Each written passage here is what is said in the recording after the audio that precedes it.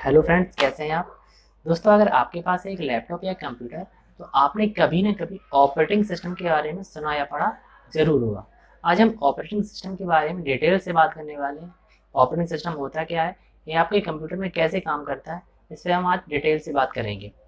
मैं हूँ रवि, आप देख रहे हैं टेक चैनल में आपका स्वागत है। तो चलिए मिलकर आज कुछ नया सीख लेते हैं। आप अपने कंप्यूटर में जितनी भी एप्लीकेशन सॉफ्टवेयर यूज करते हैं, वो सारे एप्लीकेशन सॉफ्टवेयर जिस सॉफ्टवेयर पर रन करते हैं उस सॉफ्टवेयर को ही हम सिस्टम सॉफ्टवेयर या ऑपरेटिंग सिस्टम कहते हैं। अपने काम के अकॉर्डिंग बहुत सारे एप्लीकेशन अपने कंप्यूटर में इंस्टॉल करते हैं और उनको यूज करते हैं। जैसे कि हमें एक डॉक्यूमेंट बनाना है, तो एक डॉक्यूमेंट बनाने के लिए हम एक माइक्रोसॉफ्ट ऑफिस का यूज करते हैं। हमें फ़ोटो डिज़ाइन करनी है, फ़ोटो डिज़ाइन के लिए हम फोटोशॉप का यूज करते हैं। हमें कोई सॉन्ग सुनना है, हमें सॉन्ग सुनने के लिए एक मीडिया प्लेयर का यूज करते हैं। इस तरह से बहुत सारे एप्लीकेशन हम अपने वर्क के अकॉर्डिंग, अपने नीड के अकॉर्डिंग यूज करते हैं अपने कंप्यूटर सिस्टम के अंदर। ये सारे एप्लीकेशन जिस प्लेटफॉर्म पर रन करते हैं उस प्लेटफॉर्म को ही हम ऑपरेटिंग सिस्टम या सिस्टम सॉफ्टवेयर कहते हैं। अब बात आती है कि ऑपरेटिंग सिस्टम या सिस्टम सॉफ्टवेयर काम क्या क्या करते हैं। क्या ऑपरेटिंग सिस्टम आपके कंप्यूटर में ही होता है, क्या मोबाइल में ऑपरेटिंग सिस्टम नहीं होता है। आज हम एक कंप्यूटर के ऑपरेटिंग सिस्टम की बात कर रहे हैं, मोबाइल के ऑपरेटिंग सिस्टम की बात हम एक सेपरेट वीडियो में करेंगे। दोस्तों, ऑपरेटिंग सिस्टम यूजर और कंप्यूटर के बीच एक मीडिएटर का काम करता है, जिससे यूजर कंप्यूटर पर अच्छे से काम कर सके। अब बात आती है ऑपरेटिंग सिस्टम के काम क्या क्या है। दोस्तों, ऑपरेटिंग सिस्टम के बहुत सारे काम हैं। सबसे पहला काम आता है ऑपरेटिंग सिस्टम का, वो होता है मेमोरी मैनेजमेंट का। मेमोरी मैनेजमेंट क्या होती है, सबसे पहले मेमोरी को समझ लेते हैं कि कंप्यूटर में कौन कौन सी मेमोरी है। दोस्तों, आप जानते ही होंगे कंप्यूटर में दो तरह की मेमोरी होती है। एक तो होती है प्राइमरी मेमोरी, एक होती है secondary memory. Primary memory RAM होती है हमारी, सेकेंडरी मेमोरी हार्ड डिस्क होती है हमारी। अब ऑपरेटिंग सिस्टम मेमोरी मैनेजमेंट कैसे करता है, इसको समझते हैं।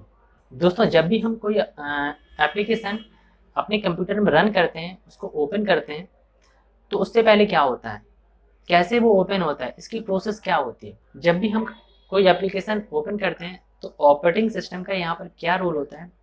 ऑपरेटिंग सिस्टम आपकी जो प्राइमरी मेमोरी है यानी रैम है, उस पर्टिकुलर एप्लीकेशन के लिए या सॉफ्टवेयर के लिए रैम में मेमोरी एलोकेट करता है। एलोकेट से क्या मतलब होता है, एलोकेट से मतलब होता है मेमोरी देना। उस पर्टिकुलर सॉफ्टवेयर को रन होने के लिए रैम में मेमोरी स्पेस को डिफाइन करना या देना, जिससे वो पर्टिकुलर सॉफ्टवेयर रन कर सके। इसको आप एक एग्जांपल से समझते हैं। सपोज दैट आपको कोई एक डॉक्यूमेंट बनाना है, आपने एक MS ऑफिस को ओपन किया। अब MS ऑफिस ओपन होने से पहले ऑपरेटिंग सिस्टम क्या करेगा, MS ऑफिस के लिए रैम में देखेगा कि इसको रन होने के लिए रैम में जगह अभी है कि नहीं है। अगर जगह है, उसमें इतने सॉफ्टवेयर रन नहीं कर रहे हैं उसके ऊपर, रैम के ऊपर, तो तो MS ऑफिस के लिए वो पर्टिकुलर एक मेमोरी अलोकेट करके रैम में दे देगा कि आप इस मेमोरी में, इस जगह में जाके रन काम कर सकते हैं। दोस्तों, आप मेमोरी की बात कर रहे हैं तो एक बात और कर लेते हैं। दोस्तों, आपने देखा होगा कि जब भी आप एक नया कंप्यूटर लेने जाते हैं या आपका कंप्यूटर में हैंग की प्रॉब्लम होती है, तो आप बोलते हैं इसकी रैम कम है, इसकी रैम को इंक्रीज कर दो या बढ़ा दो इसकी रैम को।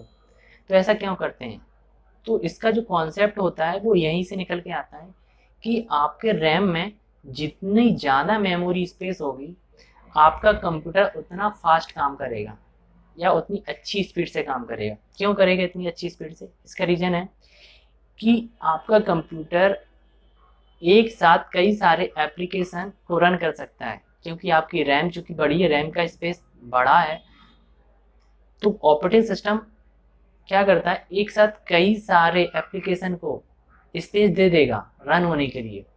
अगर वही रैम कम होती है तो ऑपरेटिंग सिस्टम क्या करता है, अब चूंकि रैम में स्पेस नहीं है इतना, आपने सपोज दैट 5 सॉफ्टवेयर एक साथ रन करके रखे हुए हैं अपने पीसी में, आप छठवां ओपन कर रहे हैं, तो अब क्या करेगा, चूंकि रैम में कोई स्पेस नहीं है छठवें के लिए, ऑपरेटिंग सिस्टम ने चेक किया कि रैम में स्पेस है कि नहीं, उसको स्पेस नहीं मिला, तो क्या करेगा, वो छठवां जो सॉफ्टवेयर आपने ओपन किया है उसको अपने पास होल्ड करके रख लेगा।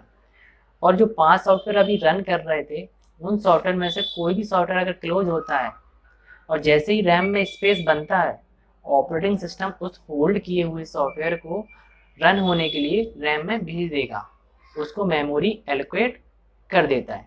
ये होता है मेमोरी मैनेजमेंट का काम, ये ऑपरेटिंग सिस्टम करता है। दूसरा काम आता है ऑपरेटिंग सिस्टम का, वो होता है प्रोसेस मैनेजमेंट का। अब प्रोसेस मैनेजमेंट से क्या मतलब होता है, क्योंकि हम जानते हैं कि प्रोसेस का काम हमारे कंप्यूटर में कौन करता है, प्रोसेस का काम हमारे कंप्यूटर में प्रोसेसर करता है, ठीक है। अब हर एक प्रोसेसर की अपनी एक लिमिट होती है कि वो इतने सॉफ्टवेयर को एक साथ रन कर सकता है या इतनी सारी कमांड को, इतने सारे इंस्ट्रक्शन को एक साथ रन कर सकता है, ठीक है। अगर उससे उसकी जो कैपेसिटी है उससे ज़्यादा कमांड हम उसको देते हैं या उससे ज़्यादा इंस्ट्रक्शन उसको देते हैं तो क्या करेगा, या तो प्रोसेसर हैंग करेगा। अगर प्रोसेसर हैंग करता है तो आपका कंप्यूटर भी हैंग करने लगेगा। तो इस कंडीशन में ऑपरेटिंग सिस्टम क्या करता है, ऑपरेटिंग सिस्टम चेक करता है कि प्रोसेसर की प्रोसेस करने की जो कैपेसिटी है वो कितनी है।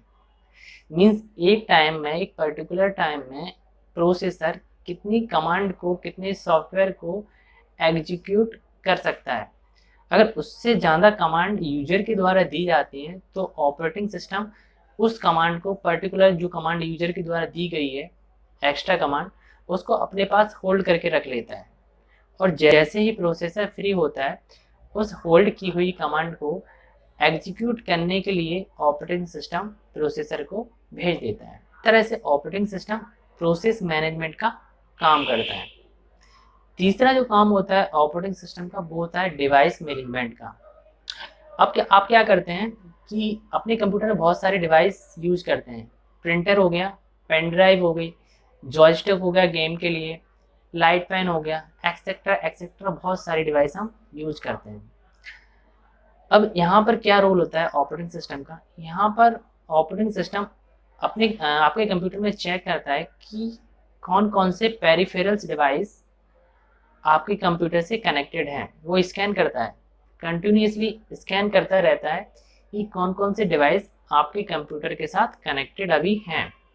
इससे क्या होता है, इससे ये होता है कि जब भी यूजर कोई कमांड देता है तो कमांड जिस डिवाइस के लिए होती है, ऑपरेटिंग सिस्टम उस डिवाइस के लिए ही वो कमांड को सेंड कर देता है।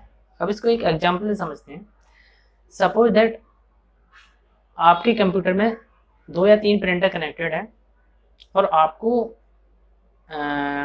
एक्स प्रिंटर को कमांड देनी है। सपोज दैट आप क्या करेंगे, आप कोई प्रिंट कमांड देंगे, एक्स प्रिंटर सेलेक्ट करेंगे, प्रिंट कमांड दे दी। अब यहाँ पर रोल आ जाता है ऑपरेटिंग सिस्टम का। अगर ऑपरेटिंग सिस्टम ने उन सारे डिवाइसेस को स्कैन करके उनका डाटा या उनका नेम अपने पास नहीं रखा होता तो क्या होता, तो इस कंडीशन में होता है कि जो आपने कमांड दी है वो पर्टिकुलर डिवाइस को ना जाकर किसी अदर डिवाइस को चली जाती और वहाँ से प्रिंट हो जाता। मीन्स आपने अगर एक्स प्रिंटर को प्रिंट करने की कमांड दी है, हो सकता है वो वाई प्रिंटर के पास चली जाती या जेड प्रिंटर के पास चली जाती। इस तरह से कंप्यूटर आपके डिवाइस मैनेजमेंट का काम करता है। जितनी भी सारे डिवाइस आपके कंप्यूटर से कनेक्टेड हैं उन सारों का एड्रेसिंग वो अपने पास रखता है। उसको पता रहता है कि ये पर्टिकुलर डिवाइस कनेक्टेड है और इस पर्टिकुलर डिवाइस के लिए ये कमांड आई है। अब चौथा जो होता है काम वो होता है ऑपरेटिंग सिस्टम का सिक्योरिटी के मामले को लेकर। तो ऑपरेटिंग सिस्टम, जैसे कि हम बात करें माइक्रोसॉफ्ट की ऑपरेटिंग सिस्टम की, जो विंडो है आप सभी यूज करते होंगे।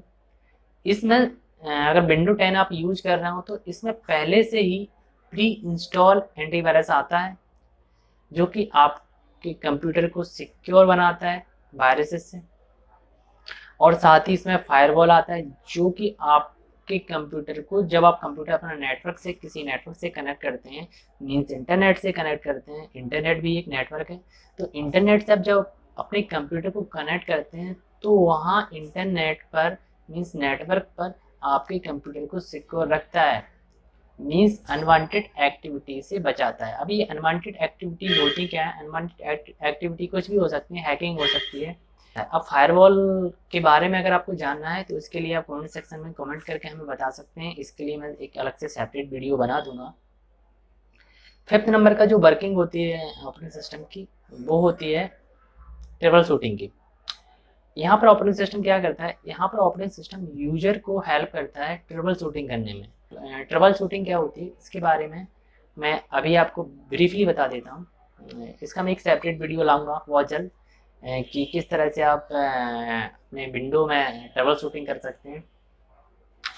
तो ट्रबल शूटिंग क्या होती है? जब भी अपने आपके कंप्यूटर में कोई एरर आता है, एरर जनरेट होता है, तो ऑपरेटिंग सिस्टम उसको दिखा देता है आपकी स्क्रीन पर, मॉनिटर स्क्रीन पर, और साथ ही यूजर को उसको सॉल्व करने के लिए हेल्प भी करता है। इसको बोलते हैं हम ट्रबल शूटिंग। ये सारा काम जो हमारा करता है वो ऑपरेटिंग सिस्टम करता है हमारा। इसकी डिटेल्स मैंने अपनी वेबसाइट www.egitech.hindi पर अपलोड किया हुआ है, वहाँ पर आप विजिट कर सकते हैं। वहाँ पर मैंने ऑपरेटिंग सिस्टम के बारे में डिटेल्स से बताया हुआ है, लिंक आपको डिस्क्रिप्शन में मिल जाएगा।